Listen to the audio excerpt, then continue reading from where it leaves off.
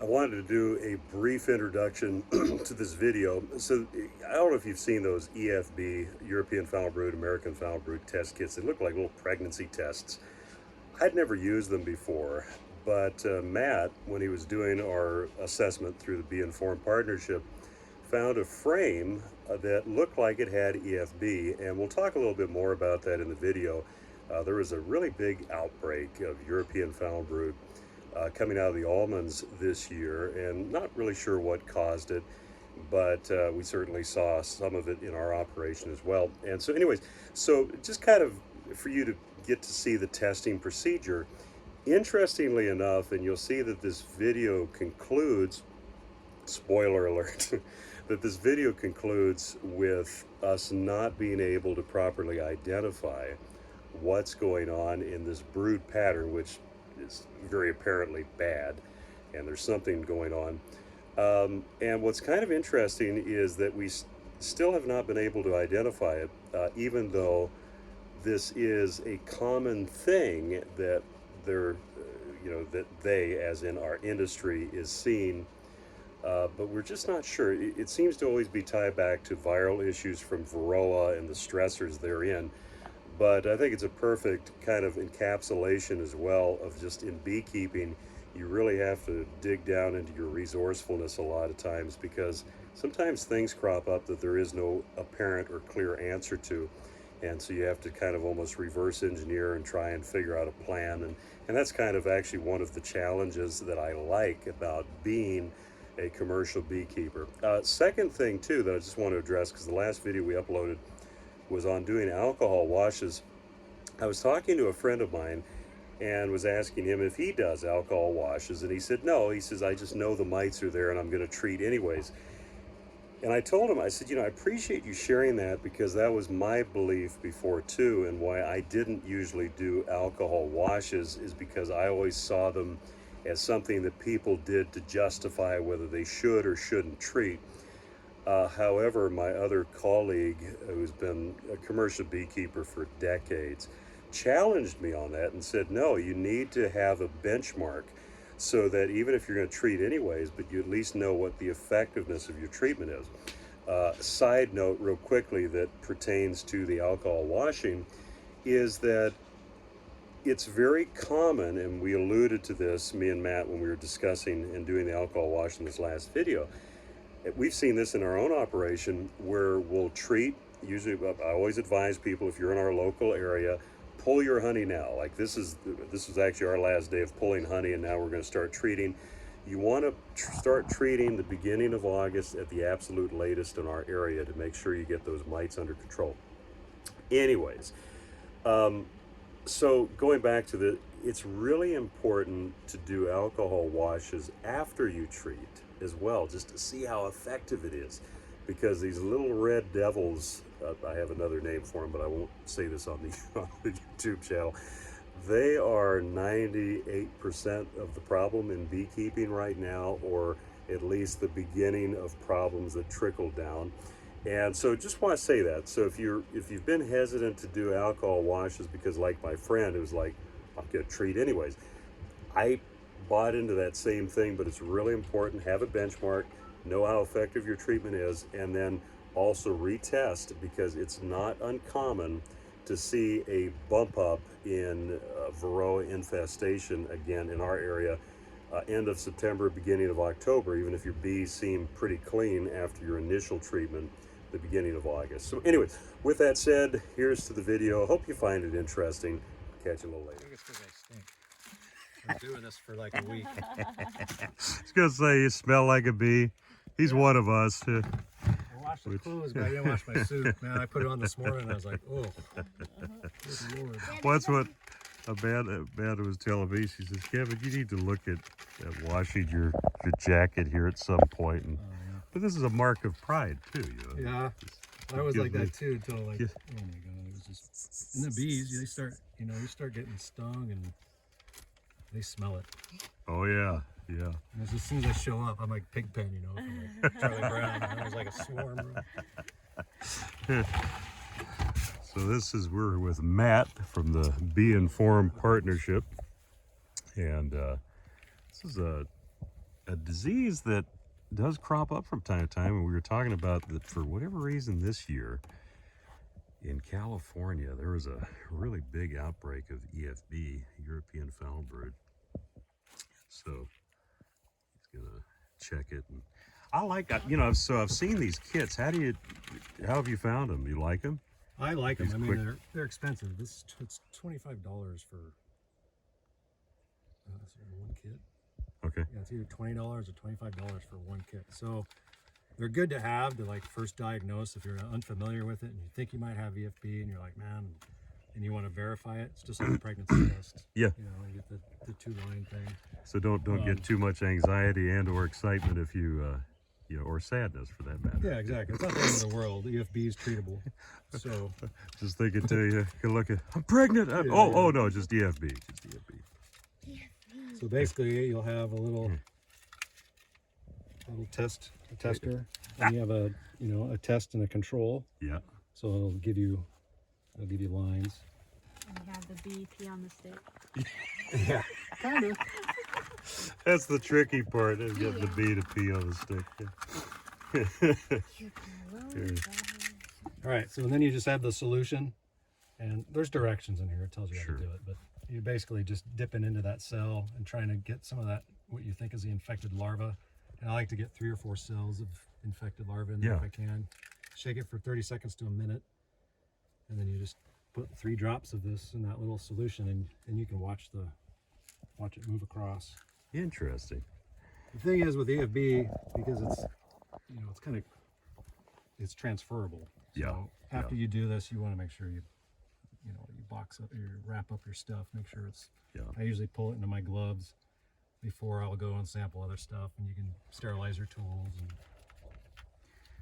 one of those, definitely not as, like you said, it's something can be treated and you don't have to. Well, I mean, what is the, because I know traditionally if you had EFB, it wasn't something that, unless it was really bad, you didn't usually have to destroy equipment. You just did a round of treatments. But do they have any updated? you can see how yellow. Yeah, the larva is. So you just get some there. So you're not supposed to get it in the bottle, not in the. Do they have any updated suggestions for what to do with equipment when the EFB's been found, or? Well, it's kind of the same stuff. You don't want to mix frames and obviously introduce your stuff to, if you can isolate your equipment. You don't necessarily have to burn it. That's more like an AFB thing, because you can't ever get that out. EFB is treatable, terramycin and whatnot. But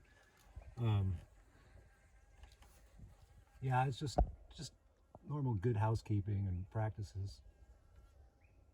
Some people, they're like, if they get a bad infection, they might get rid of their comb. They just don't want to deal with it anymore. And you can get rid of that. Because that's one. But you don't have to burn your boxes. One of the arguments for rotating frames out, right? Exactly. Plus, you don't know what else is in there. I mean, there's pesticides and that's kind of a symptom of EFB right there, is the stringy. So AFB will do the same thing, but usually AFB is a little bit darker and gets really ropey and it stinks. Yeah. So that, wrap into there. Do this. And I'll shake it for 30 seconds to a minute. Can't exactly remember what it says, but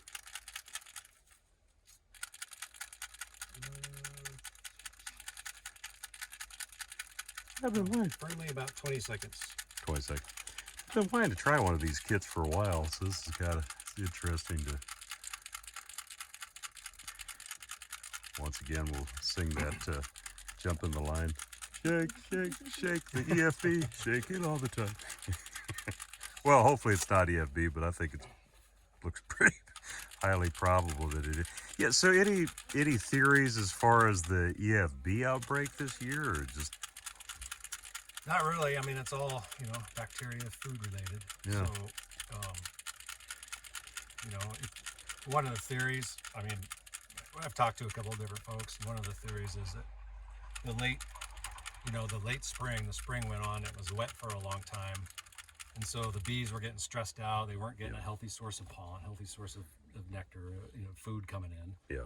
And so they just, that's bacteria was just staying in their gut. Yeah. And they had a hard time getting rid of it until they get a good food source. That was a stressful spring. Yeah, I mean, it was, so the shaking has commenced and finished, and now the moment of truth. All right, 3 drops. Oops.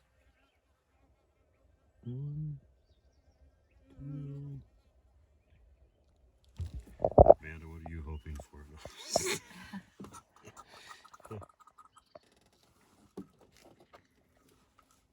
Well, for your sake, negative.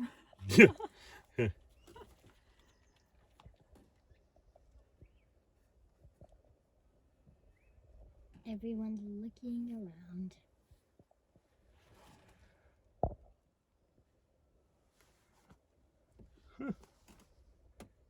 I think it's showing up. Is it? I can't tell. Yeah, it almost looks like there's a Faint. real faint, yeah.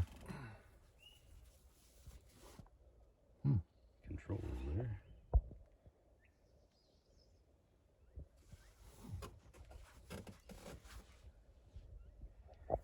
Well, yeah, no, unless it's viral. Well, it could be like, what is it, like idiopathic mite syndrome? Yeah. Yeah, PMS. It's like, It always kind of felt like it was PMS too.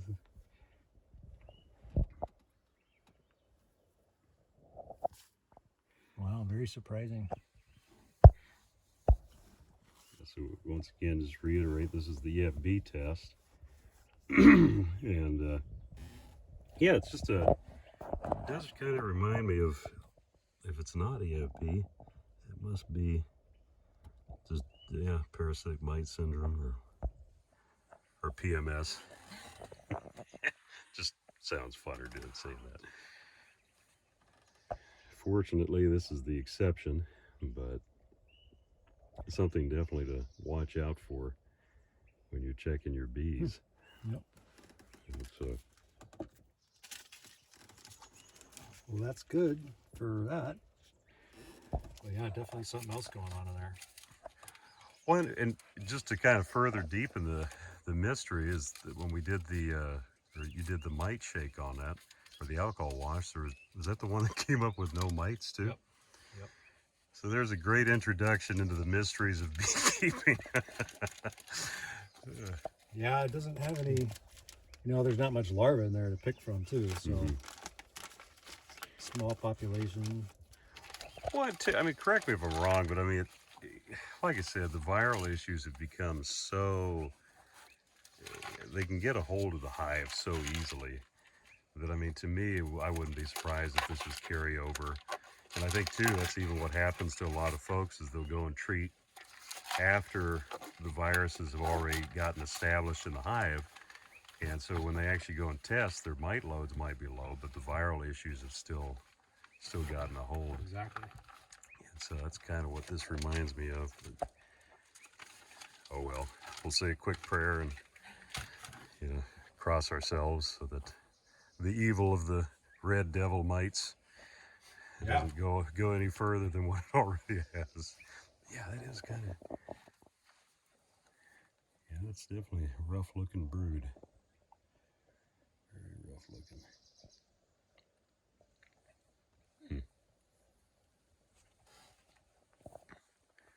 Yeah, it's interesting.